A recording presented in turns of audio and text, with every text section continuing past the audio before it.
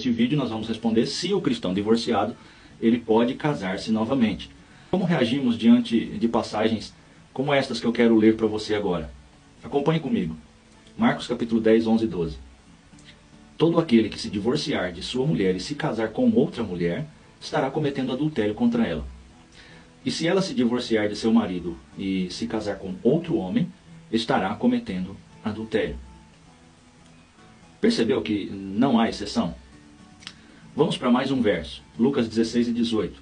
Quem se divorciar de sua mulher e se casar com outra mulher, estará cometendo adultério.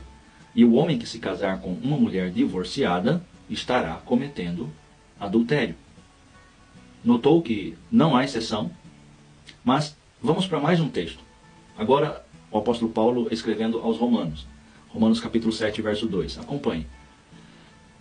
Pela lei, a mulher casada, não é? Está ligada a seu marido enquanto ele estiver vivo. Mas se o marido morrer, ela estará livre da lei do casamento. Por isso, se ela se casar com outro homem enquanto seu marido estiver vivo, será considerada adúltera. Mas se o marido morrer, ela estará livre daquela lei, e mesmo que venha a se casar com outro homem, não será adúltera. Novamente, nesse texto, Paulo não dá nenhuma exceção. E é claro que Paulo conhecia a exceção de Mateus. A única possibilidade para o novo casamento que nós encontramos nas Escrituras é a morte do cônjuge. Olha ainda 1 Coríntios 7, 10 e 11.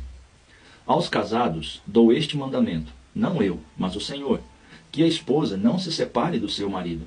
Mas se o fizer, que permaneça sem se casar, ou então reconcilie-se com o seu marido, e o marido não se divorcie da sua mulher. Novamente, você vê no texto que não há exceção. Note a frase, não se separe do seu marido, mas se o fizer, que permaneça sem se casar.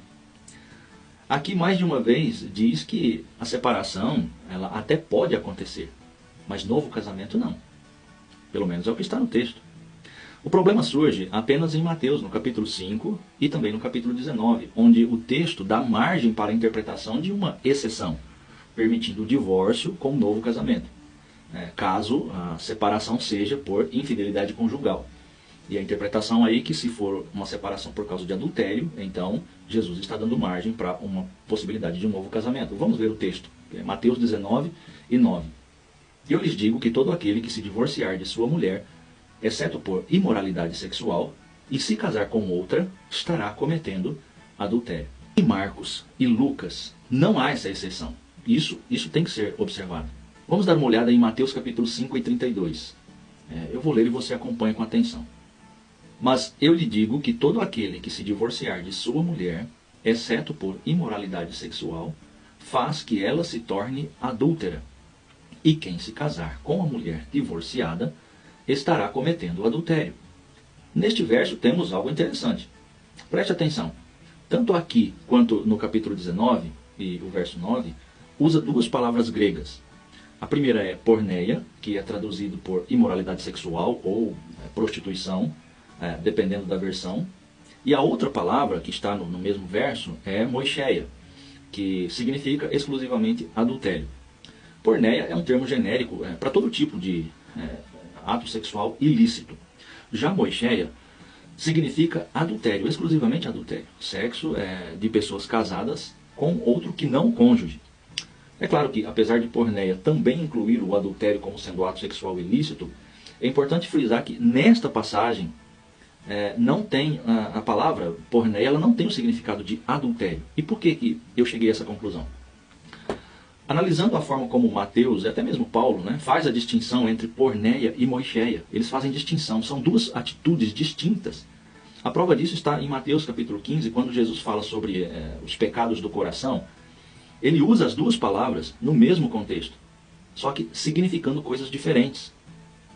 Olha o que diz, Mateus 15, 19.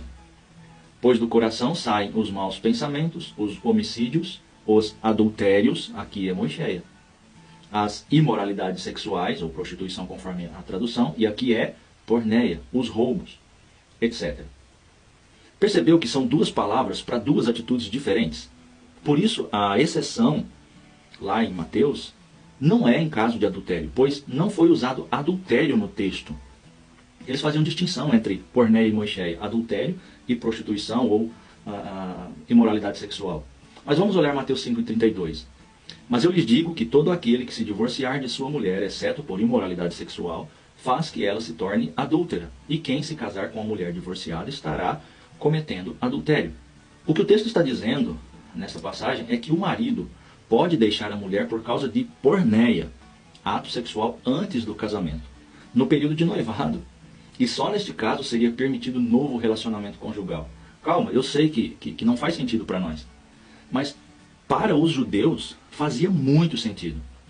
Por isso até que os discípulos de Jesus, eles disseram, logo em seguida, ali em Mateus 19:10, eles disseram, se esta é a situação entre homem e sua mulher, é melhor não casar. Perceba a atitude dos discípulos, eles entenderam. A possível exceção que Mateus coloca ali está dentro do contexto do casamento judeu.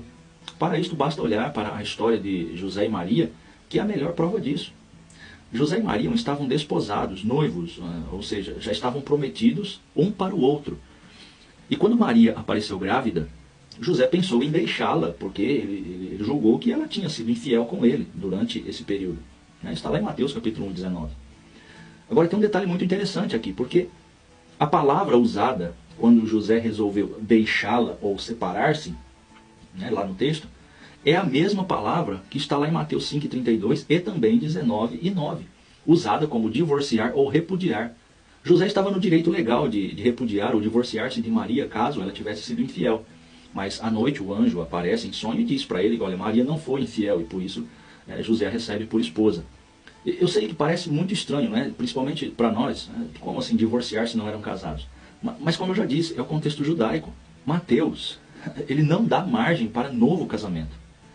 O contexto que ele escreve é o judaico, o caso de Maria e José. É interessante notar que os fariseus, isso é algo para se pensar, porque os fariseus eles não consideravam Jesus como filho de Deus e, portanto, não aceitavam o nascimento virginal. E quando a gente vai lá para João capítulo 8:41, há um indício ali de eles estarem acusando Jesus de ser filho de porneia ou de prostituição, já que eles consideravam que ele não era filho de José. E isso está de acordo com a narrativa de Mateus sobre o nascimento de Jesus, ali em Mateus 1:18-25, porque o próprio José pensou em deixá-la, porque ele julgou que ela tinha sido infiel. Outro detalhe importante é que, pela lei, se a mulher cometesse adultério, ela e o amante deveriam ser mortos. Está lá em Levítico capítulo 20:10. Perceba que na lei o adultério tinha pena de morte. E é interessante isso, pois assim a parte inocente ficava livre para casar-se novamente. A exceção de Mateus 19 não é adultério, pois se fosse adultério, o cônjuge que cometeu o adultério deveria morrer e o outro poderia casar-se livremente. Não teria problema. A lei dava base para isso. Além do que, nós não podemos ignorar 4 passagens que excluem a possibilidade de novo casamento. Olha, é Marcos, Lucas, Romanos e 1 Coríntios. Para concluir, ali em Mateus 19:12, após os discípulos terem dito que era melhor não casar, Jesus diz algo muito interessante.